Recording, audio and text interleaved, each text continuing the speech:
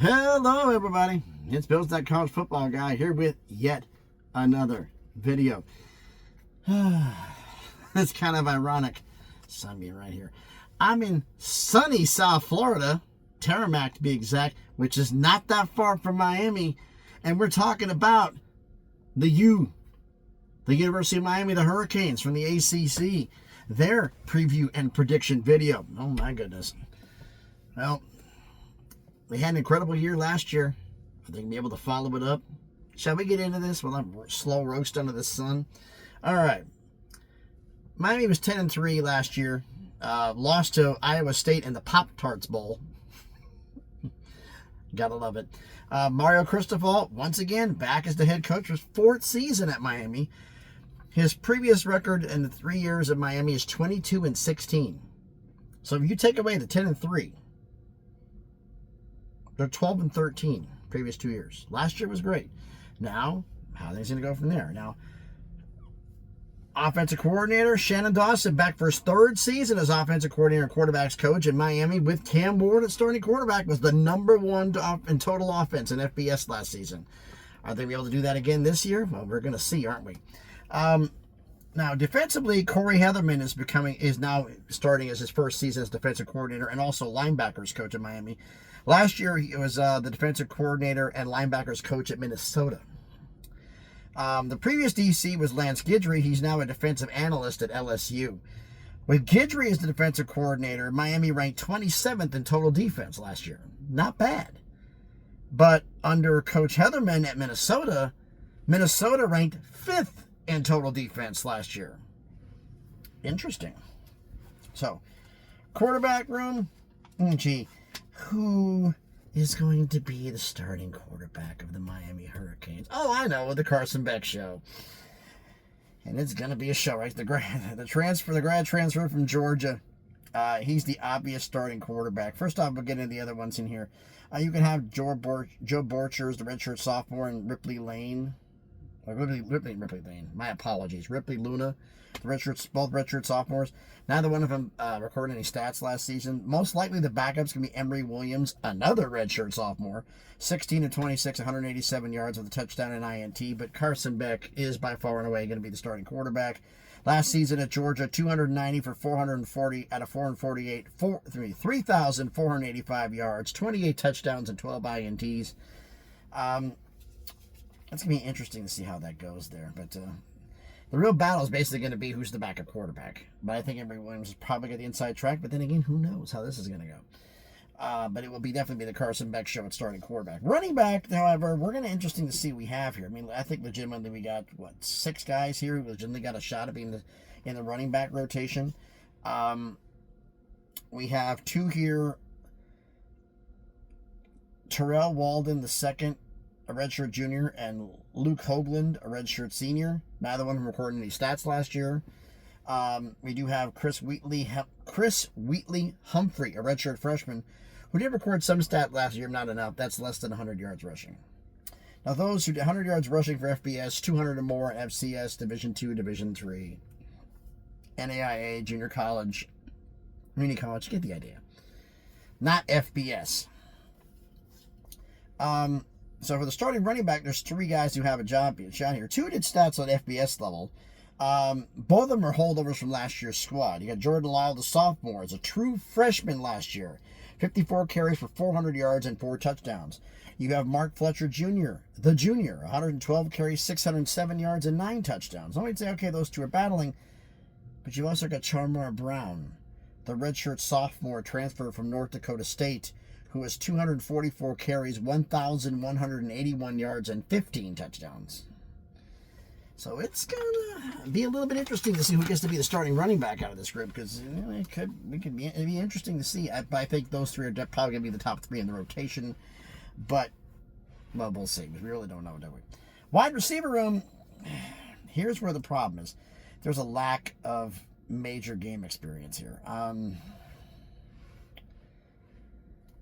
Legitimate guys who got a shot. We got 4, 5, 8 guys who legitimately got a shot at being in the wide receiver rotation. Three we got here. We're talking about Andrew Cohen, the redshirt senior, Colby Luna, the redshirt sophomore, and Henry Pikus, who's a redshirt junior transfer from UC Santa Cruz. You're like, when did UC Santa Cruz start playing football? He's playing basketball for Miami. He's going to try to play wide receiver. So obviously he's never done anything there, and this is his first start. We got three other guys here who didn't get at least 10 receptions last year. We're talking Nye Carr, the sophomore, Joshua Trader, the Josiah Trader, the sophomore, and Ray Joseph, the junior. Didn't get at least 10 receptions last year. So how many in the wide receiver room actually qualified for the minimal stats of 10 receptions? 2. Both of them transfers. You've got CJ Daniels, the grad transfer from LSU, 42 receptions, 480 yards, no touchdowns. And Terry Johnson, the senior transfer from Cincinnati, 48 receptions, 419 yards, and 6 touchdowns. This is going to be interesting here. This is a wide receiver room. We'll see how well Carson Beck can throw some of these guys open. Tight end room, we got 5 guys here. But I really think there's only one who's going to be the starter at tight end. I think everybody can be technically here because nobody. You've got, first off, Owen Raskovich, the redshirt sophomore. Jackson Carver, the redshirt sophomore, didn't record any stats last year. Those who did record some stats, at least not less than 10 receptions. Elijah Lofton, a sophomore, and Jack Nickel, the junior transfer from UAB. The only one recording any stats that measurable, another transfer, Alex Bowman, the senior transfer from Tulane, 20 receptions, 212 yards, 7 touchdowns. I'm thinking he's probably going to be the inside track at tight end number 1, but we'll see about that. The offensive line, bunch of transfers in the room. Room looks to be pretty solid. Is it going to be, how well is it going to protect Carson Beck? How well are they all going to blend together and work together? That's going to be interesting here to see how this goes here. Now, defensive line room, going to the defense now. We got a couple of studs there, but other than that, there's a lack of game experience here. Legitimately, 5, 6, 7, 8, 10 guys who legitimately got a shot being the defensive line rotation. Last 2 on the list, probably Samuel Kufai and Cooper Ricks, both redshirt sophomores, didn't record any stats last year. We had a bunch of guys. And also David.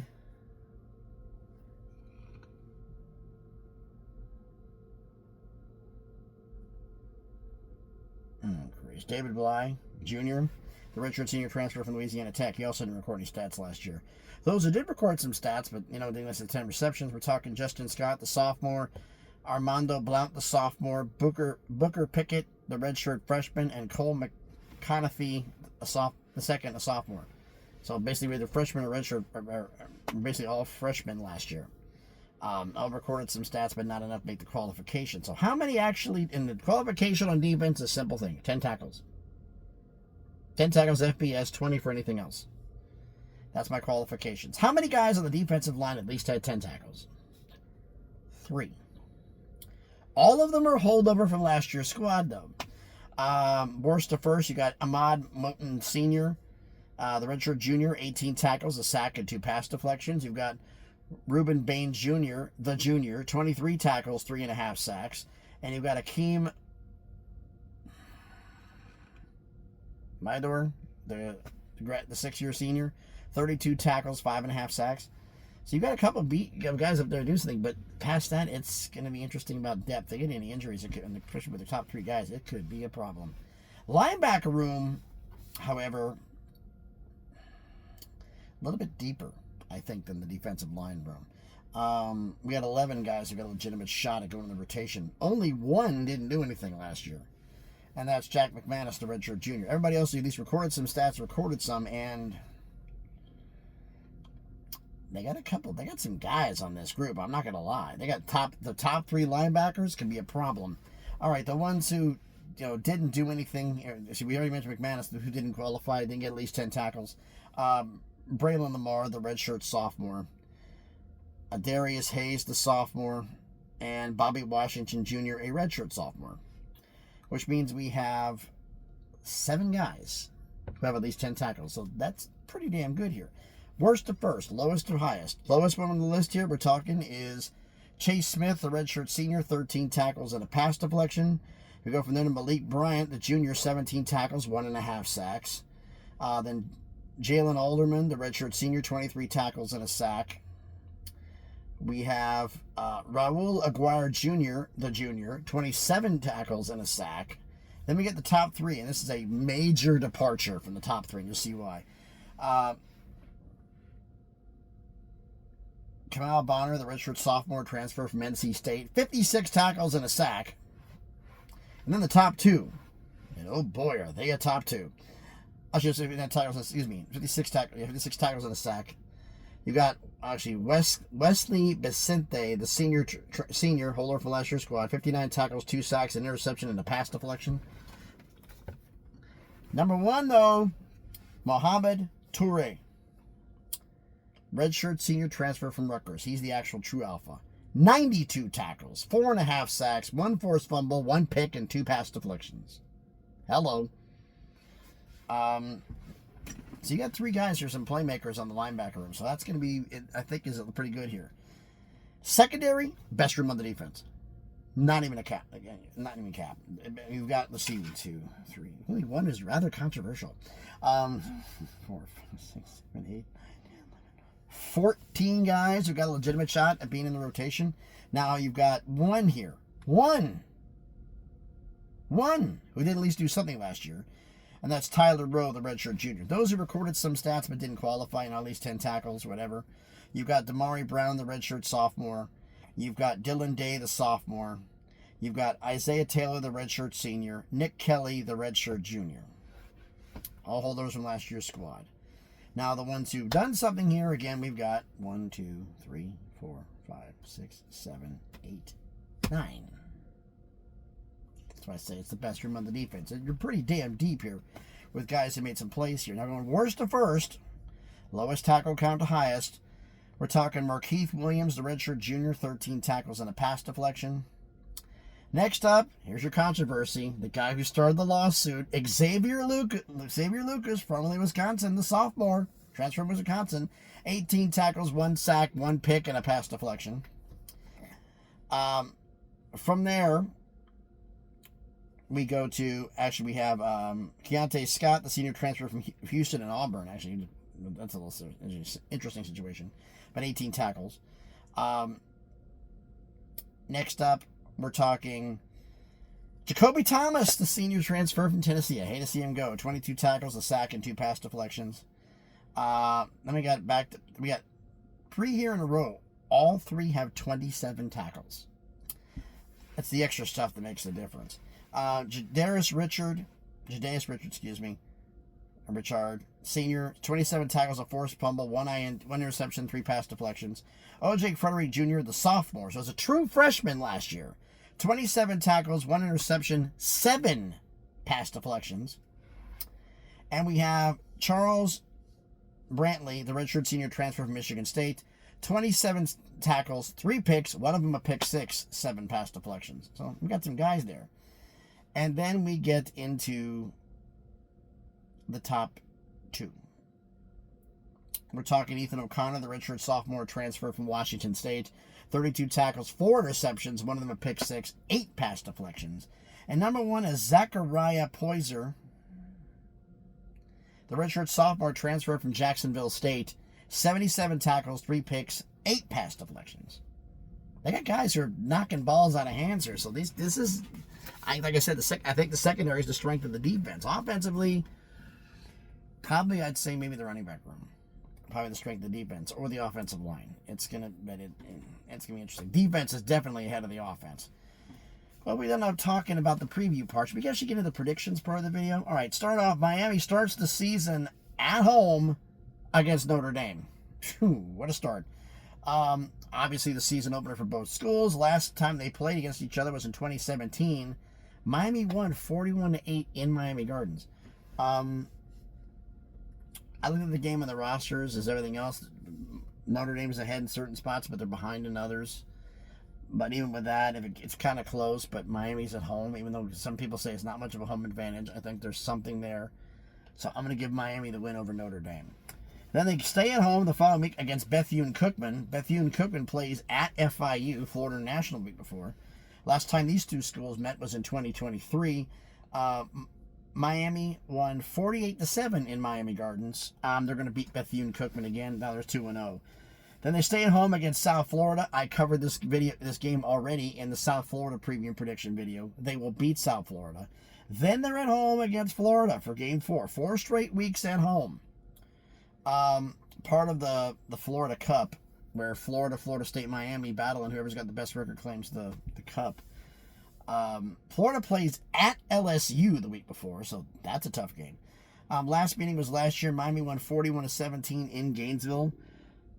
This is DJ Lagway against Carson Beck. This is going to be a tough game. And this one I think is also kind of a coin flip. Miami's at home. I'm giving them the victory over Florida. Then they get the way the bye weeks are set up for Miami's schedule is absolutely stupid. They get the bye week. 4 weeks, you play 4 games, do a bye week. Okay. And they're at Florida State, the other half of the Florida Cup game. Okay, they're at Florida State. Florida State plays at Virginia the week before. You have a bye week, Miami. So you got that advantage, even though you're on the road. Last meeting was last year. Miami won 36-14 in Miami Gardens. Now you're on the road in Tallahassee.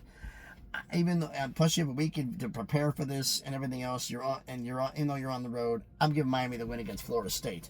Then they get their second and final bye. Yeah, so it's 4 games, bye week, play Florida State, bye week, 7 straight.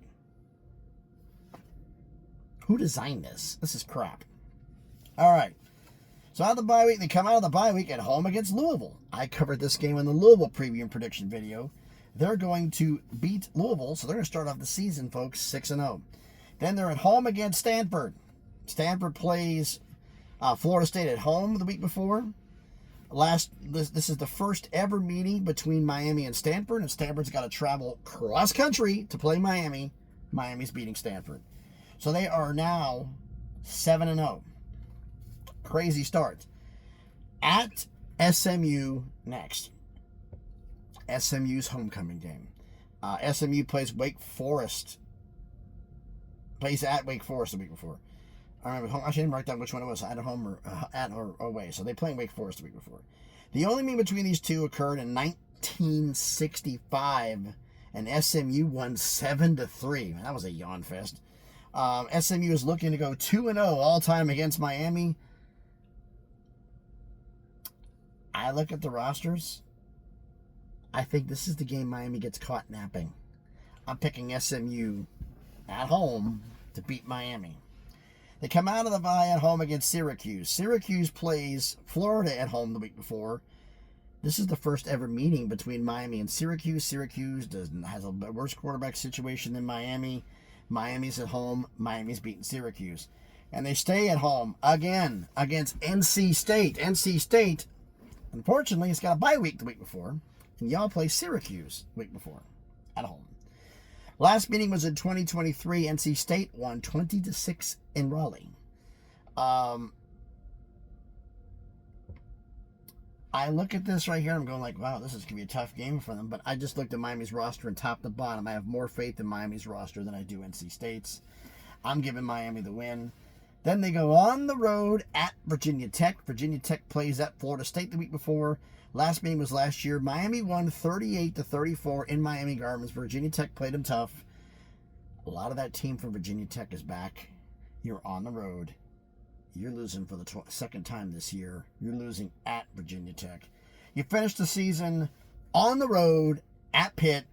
Pitt plays at Georgia Tech the week before. Last meeting was in 2022, and Pitt won 42-16 in Miami Gardens. They beat you guys up. You're a little pissed off about that. You're up north heading to Pitt, and you're going to beat them. You're going to beat Pitt. So you're going to finish the season 10-2, 6-2 in the ACC. So it's an interesting season going to be for Miami. Is 6-2 good enough to make the ACC Championship game? I don't know. Now, it's going to be interesting here. So I've done enough yapping. Let me know what you think about all of this down in the comments. So again, thanks everybody for watching the video. If you haven't done already, do me the favor, smash the like button, hit that thumbs up. It helps the algorithm so the video be seen by more people. Comment on the video. I'm going to go through the schedule again without all the extras. You tell me what do you think their record, Miami's record, is going to be. All right, start the season home against Notre Dame, home against Bethune-Cookman, home against South Florida, home against Florida, bye week, at Florida State, bye week. Now starts the 7 straight. Home against Louisville, home against Stanford, at SMU, home against Syracuse, home against NC State, at Virginia Tech, at Pitt. It's going to be an interesting schedule for them. Now, is there any of those games I think that could be flipped here? Because the games could be flipped. The NC State game because of the bye week and you've played 5 straight. The Pitt game, there's a possibility you could lose all 3 of those last 3 games because of how many weeks in a row you played. And if injuries pop up, it's going to be a problem. I mean, you could go 10-2. You could potentially go 12-0. You can go 7-5. Because of that many games in a row and you guys get hurt in key positions, it's going to be a problem. But I don't think they will. I think they're with attrition and everything else. I think they're going to be able to get through with this, and I think they're going to finish 10-2. But you let me know what you think their schedule, what their record's going to be down in the comments. Share the video if you want to, and if you haven't done it already, check out some of the other videos that I've done. If you like them, hey, subscribe to the channel. We're getting close to 1K. The magic to happen. Hope we can get it done by the start of the kickoff of the season. If you want to follow me on the craziness that is X, the link will be in the description. So again, thanks everybody for watching the video. I got a little ACC news, or not ACC news really, a little more clarification on some of the qualifications for ACC expansion. That's tomorrow. And yes, more preview and prediction videos after that. So again, thanks everybody for watching. Hope everybody's having a great day. I'm roasting here. I'm going to record the next one right after this one because tomorrow's going to be busy. Thanks everybody for watching. Everybody has a great day. Be safe and please be good to each other.